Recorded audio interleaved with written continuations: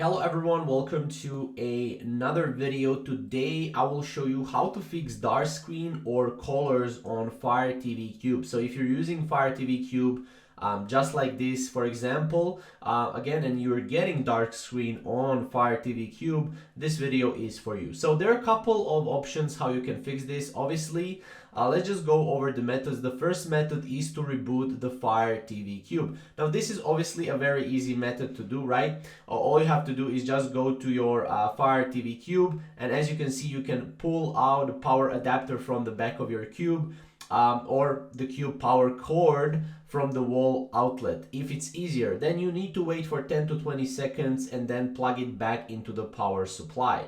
Now, alternatively, you can hold the remote select and play pause button at the same time for the 5 seconds to reboot the device. This is also something that you can do.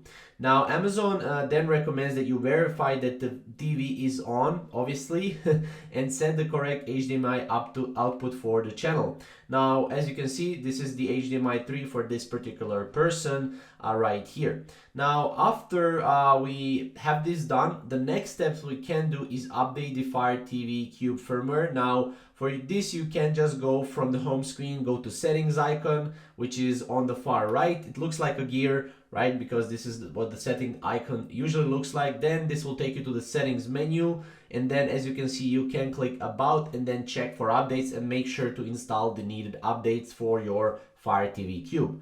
Now from there, you need to install the update, obviously. Second thing that you can do is turn off the HDMI or just HDMI CEC setting. Now from there, you can go to settings. As you can see, this is the settings.